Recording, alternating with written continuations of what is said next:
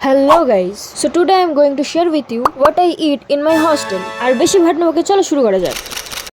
আরে সকালে উঠে কি খেতে চলে যেতে হয় না? আগে তো কালকের খাবারগুলো সব পেট থেকে বের করবে, ঘষে ঘষে কালো কালো দাঁতগুলোকে সাদা করবে, খালি পেটে বেশ খানিকটা জল খাওয়ার পরে তারপর যাবো না খেতে। সকালের কাঁচা ঘুম ভাঙে এত কিছু করে যখন খেতে যাবো তারপরে কি দেখবো না কি দিয়েছে নারকেল তেলে ভাজা সেতু ধোসা, নারকেল আর শুকনো লঙ্কা দিয়ে বানানো এই চাটনি। আর এই যে এইটা চায়ের মধ্যে জল দেয় না জলের মধ্যে চা এরাই জানে। তাই বাড়ি থাকলে সকাল সকাল লুচি পরোটা খেতাম, আর এখানে সারাদিন ধরে চলে দোসা ইডলি সাম্বার চাটনি চাটনি দোসা ইডলি।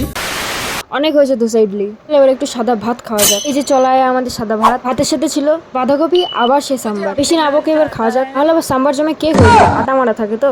যতটা খাওয়ার ততটা খেয়ে বাকিটা চলে গেল যেখানে যাওয়ার। দুপুরে সকালের খাওয়াটা তো এরকমই ছিল, এবার চলো রাতেরটায় যাওয়া যাক। রাতের খাবারে ছিল ডিম ভাজা, ডাল আর রসম। দুপুরের ডালটাই যেহেতু আবার রাতে দেয় তাই আমি ডাল নিইনি। আর এই সময়টা আমাদের স্টোরে প্রায় সবাই বাড়ি চলে গেছিলো, তাই মেসটা একটু বেশি ফাঁকা ছিল। দুপুরের মতো আবারও বাকি খাবারটা চলে গেল যেখানে যাওয়ার কথা। এবার যদি কেউ বলে আমি খাবার নষ্ট করি, তোমরাই বলো 3 বছর ধরে বাঙালি হওয়ার পরে এই ডাল সাম্বার কত খাওয়া যায়? আসলে কি শুধু ডাল সাম্বার দেয়? তাহলে কমেন্টে জানাও।